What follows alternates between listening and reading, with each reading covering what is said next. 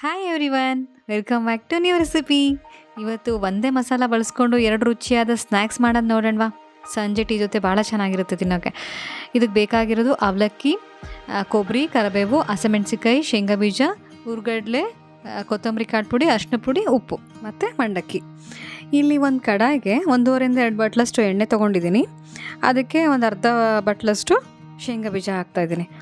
ಆ ಶೇಂಗಾ ಬೀಜನ ಫಸ್ಟು ಫ್ರೈ ಮಾಡಿ ತಗೊಂಬಿಡೋಣ. ಎಲ್ಲ ಸಾಮಗ್ರಿಗಳನ್ನ ಒಂದೇ ಸಲ ಹಾಕಿಬಿಟ್ರೆ ಒಂದು ಕೆಂಪಾಗುತ್ತೆ, ಒಂದು ಹಸಿ ಹಾಗೆ ಇರುತ್ತೆ. ಅದಕ್ಕೆ ಒಂದೊಂದು ಫ್ರೈ ಮಾಡ್ಕೊಂಬಿಟ್ರೆ ನಮಗೆಲ್ಲ ಒಂದೇ ಥರ ಟೇಸ್ಟ್ ಕೊಡುತ್ತೆ. ಸೊ ಹಾಗಾಗಿ ಇಲ್ಲಿ ಶೇಂಗಾ ಬೀಜ ಫಸ್ಟ್ ಹಾಕ್ಕೊಂಡು ಫ್ರೈ ಮಾಡಿಕೊಂಡೆ.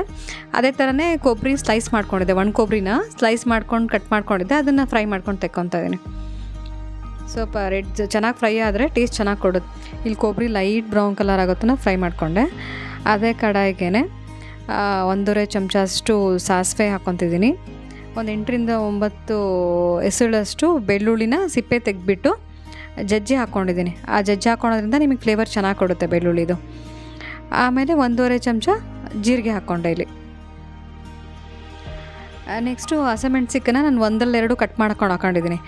ಎಲ್ಲ ಬರೀ ಹಸಿಮೆಣ್ಸಿಕಾಯಿ ಜಾಸ್ತಿ ಹಾಕ್ಬಿಟ್ರೆ ಅದು ಬರೀ ಅದೇ ಬಾಯಿಗೆ ಸಿಗುತ್ತೆ ಅಂತ ಜಸ್ಟ್ ಒಂದು 4-5 ಹಸಿಮೆಣ್ಸಿಕಾಯಿ ಹಾಕ್ಕೊಂಡ್ಬಿಟ್ಟು ಇಲ್ಲೊಂದು ಸ್ಪೂನಷ್ಟು ಹಸಿಮೆಣ್ಸಿಕಾಯಿ ಪೇಸ್ಟ್ ಹಾಕ್ಕೊತಾ ಇದ್ದೀನಿ ಸ್ಪೈಸ್ ಕೊಡೋಕ್ಕೋಸ್ಕರ. ನಿಮಗೆ ಸ್ಪೈಸಿ ಬೇಡ ಅಂದರೆ ಜಸ್ಟ್ ಹಸಿಮೆಣ್ಸಿಕಾಯಿನ ಸಾಕಾಗುತ್ತೆ. ನಾನೊಂದು ಅರ್ಧ ಚಮಚ ಹಾಕ್ಕೊಂಡಿದ್ದೀನಿ ಹಸಿಮೆಣ್ಸಿಕಾಯಿ ಪೇಸ್ಟನ್ನ. ಕರಿಬೇವು ಹಾಕ್ಕೊತಾ ಇದ್ದೀನಿ. ಹುರ್ಗಡ್ಲೆ ಬೇಕಿದ್ದರೆ ಹಾಕ್ಬೋದು, ಇಲ್ಲಾಂದರೆ ಶೇಂಗಾ ಫ್ರೈ ಮಾಡಬೇಕಾದ್ರೆ ಹಾಕ್ಕೊಬೋದು.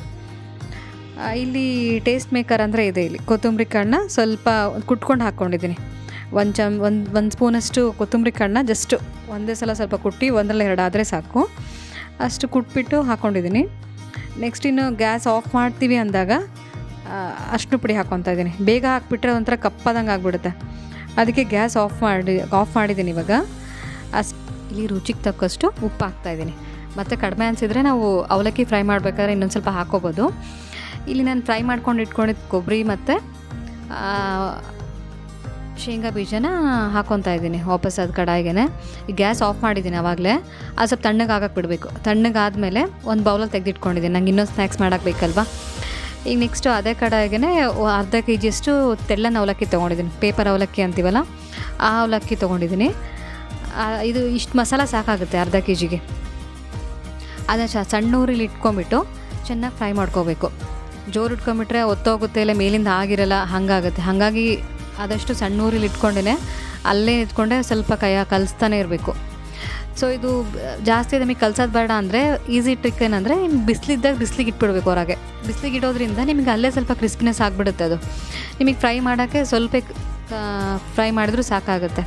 ಬಿಸಿಲು ಚೆನ್ನಾಗಿರೋ ಇದ್ದಾಗೇ ಸ್ವಲ್ಪ ಬಿಸಿಲಿಗೆ ಇಟ್ಬಿಡಿ. ಹಸಿ ಅವಲಕ್ಕಿನ ಒಂದು 3-4 ಅವರ್ಸ್ ಬಿಸಿಲಿಗಿದ್ರೆ ನಿಮಗೆ ಅದು ಕ್ರಿಸ್ಪ್ ಆಗಿರುತ್ತೆ.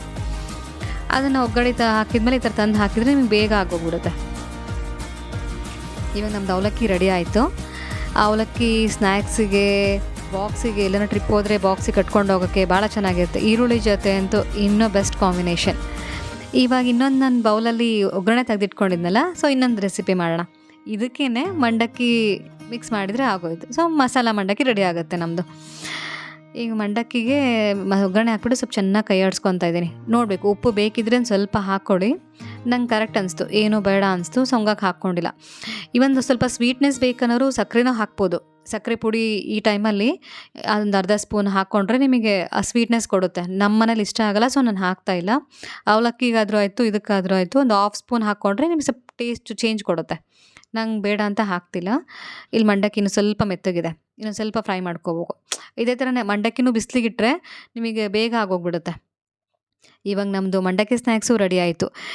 ಇದನ್ನು ಏರ್ಟೈಟ್ ಬಾಕ್ಸಲ್ಲಿ ಇಟ್ಬಿಟ್ರೆ ಮಂಡಕ್ಕಿ ಮತ್ತು ಅವಲಕ್ಕಿ 15 ಡೇಸ್ ತನಕ ಏನೂ ಹಾಳಾಗಲ್ಲ. ನಿಮಗೆ ಟೀ ಟೈಮ್ ಜೊತೆ ಎಂಜಾಯ್ ಮಾಡ್ಬೋದು, ಟ್ರಿಪ್ಪಿಗೆ ಹೋದರೆ ಕಟ್ಕೊಂಡು ಹೋಗ್ಬೋದು. Best recipe. ಈರುಳ್ಳಿ ಜೊತೆ ಅಂತೂ ಇನ್ನೂ ಚೆನ್ನಾಗಿರುತ್ತೆ. ಸೊ ಒಂದೇ ಮಸಾಲ ಬಳಸ್ಕೊಂಡು 2 ಥರ ಸ್ನ್ಯಾಕ್ಸ್ ಹೆಂಗೆ ಮಾಡೋದಂತ ನೋಡಿದ್ರಲ್ವಾ. ಇಷ್ಟ ಆದರೆ ಒಂದ್ಸಲ ಟ್ರೈ ಮಾಡಿ ನೋಡಿ. Thanks for watching.